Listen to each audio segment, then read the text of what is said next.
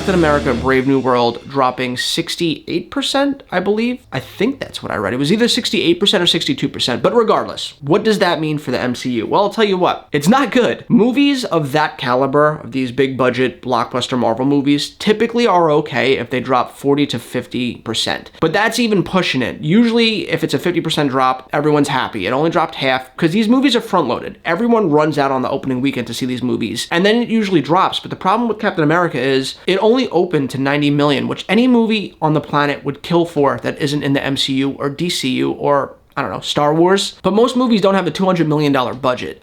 This movie not only doesn't have a $200 million budget, this movie has like a $300 to $400 million budget because they had to film it essentially twice. They essentially filmed two movies, and then with those two movies, they cut out the things that didn't work and spliced together one coherent movie. So it was a very expensive movie. Now, I saw a lot of people saying that they read headlines that, oh, it's only $180 million. It's like, yes, the movie you saw in theaters is $180 million. But there's another $150 million sitting on the chopping block somewhere that you didn't even get to see. This was a very expensive movie. And why did they do that? They knew this movie wasn't going to break even because of the controversy surrounding it. But they were looking at this as, okay, we just had Deadpool and Wolverine come out and everyone loved it.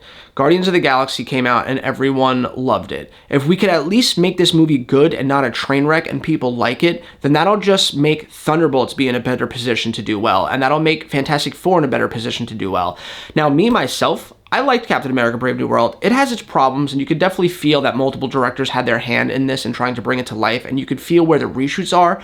But I thought it was a great story that showcased why Sam deserves to be Captain America, and it got me on board to seeing him lead the Avengers in Avengers Doomsday and Avengers Secret Wars.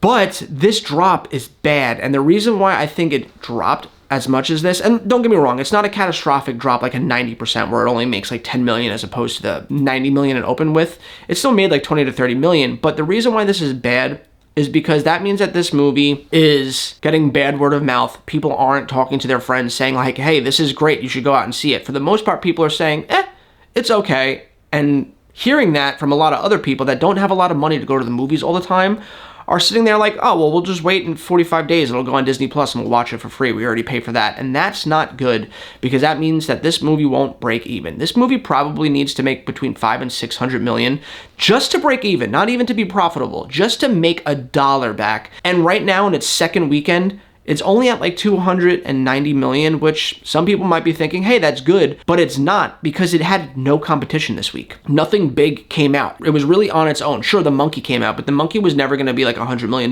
movie. So Captain America should have done a lot better. But again, the word of mouth is not great on this movie and people aren't rushing out to see it. So could this movie be like The Greatest Showman that opened with 8 million and went on to make like 400 million because it had great word of mouth? I don't know. It's a 50-50%. There's not a lot of competition coming out anytime soon. So Captain America could have legs. It could just crawl and scratch its way to like 500 million and break even and not be a colossal train wreck and lose the MCU money. But I do think it's unlikely. I think by next weekend, it's going to be in the single digit numbers in terms of what it makes domestically at the box office. And to the people that are watching this and are on the fence about seeing it, I hear a lot of people's complaints. I hear a lot of people saying it didn't look good, or I saw the Rotten Tomato meter and I'm not going to go out to see a movie that has negative tomato. Look, if it has a 50% Rotten Tomato score, that doesn't mean that everyone collectively is saying it's a 5 out of 10. It means that out of 100 people that went to see it, 5 of them liked it, 5 of them didn't. But nobody wants to make their own opinions anymore. Everyone's just so quick to hop on the bandwagon of their favorite reviewer online that they don't make their own opinions. Look, I refuse to let Rotten Tomatoes or CinemaScore or whatever rating system sway my opinion on whether I'm going to make a movie or not. Because if I've done that, there will be a lot of movies that I've seen that I really liked that I wouldn't have seen because I trusted some schmuck on Rotten Tomatoes that I have no affiliation with. I like the last Resident Evil movie that came out where they spliced together like the first 3 games into one. Isn't a great adaptation? No, but it's still a loose adaptation nonetheless, and I enjoyed the attempt that they made at bringing those video games that I love so much to life, and I wound up genuinely liking that movie. I didn't love it, I didn't hate it, I liked it, but if I listened to the Rotten Tomato scores, I wouldn't have watched it. Same thing with the Borderlands film, which everyone on the planet, except for me, hates. I played the games, I'm not like a diehard fan of them, but I genuinely just like watching Kevin Hart go on an adventure with Cate Blanchett and kill a bunch of bad guys. Like, it was just turn your brain off, shove popcorn in your face, enjoyable film for me, and if I listen to the critic scores, I wouldn't have went to see it. And there's millions of other movies like that I like that a lot of people didn't, but I didn't listen to the reviews and I went to make my own opinion. And that is what you should do too. If you're so in the camp of like, oh, the MCU sucks, I'm not going to watch it, then this isn't for you. But for people that are on the fence about it, I urge you to make your own opinion and don't care what anybody else thinks. Art is subjective. You can go into a museum and see a painting that you think is the ugliest thing you've ever seen, but somebody behind you could look at it and cry because it makes them feel so happy just looking at it. All art is viewed differently, and you might love something that somebody else hates. It's like the old saying goes, one man's trash is another man's treasure. Form your own opinion. And for the people that like, I seen this trailer come out for Captain America, and people were like, oh, this looks like shit, I'm not gonna go see it, Marvel sucks. And then the Fantastic Four trailer came out, and people were like, oh, this looks like shit, Marvel sucks, they don't know how to make good movies anymore. And I'm just like, what is with the negativity? I don't understand. It's like, when I hear people say that, I look at them and I'm like, are you a sports fan? Oh, you are? What fan are you? What's your favorite sports team? Oh, the Cowboys? Well, the Cowboys haven't been in the Super Bowl for the last, I don't know, since I was born in 1992.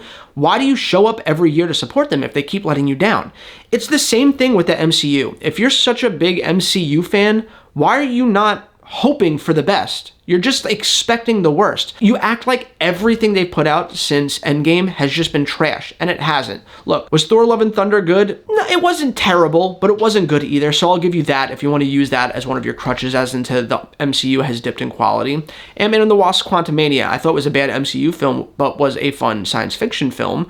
But if you want to use that one as well to say, like, hey, like the MCU has dipped in quality, fine, I'll give you that one as well. Now we have Brave New World that not a lot of people are liking. Fine, I'll give you that. It's not the best. So if you want to use that as a crutch to lean on in terms of the quality of the MCU, you have me there. But we also have Spider-Man No Way Home, which everyone and their mother went to see 14 times over. We have Guardians of the Galaxy Volume 3, which is the best in the trilogy and made $800 million and everyone loved. We have Deadpool and Wolverine that everyone went to see 15 times over and everyone loved. We had Shang-Chi, which was one of the best MCU films ever, in my opinion. I'm a big fan of Kung Fu movies, so the fact that we got that in an MCU film is awesome, and I don't know why we haven't gotten a Shang-Chi 2 yet. Where is it, Marvel? But the point I'm making is, sure, they have some stinkers, but they also have put out really good films too. So why is everyone so negative on everything that comes out? Be a little bit more positive. It's so easy to be optimistic that I don't know why you put so much stress and hate in being pessimistic. Give Thunderbolts a chance.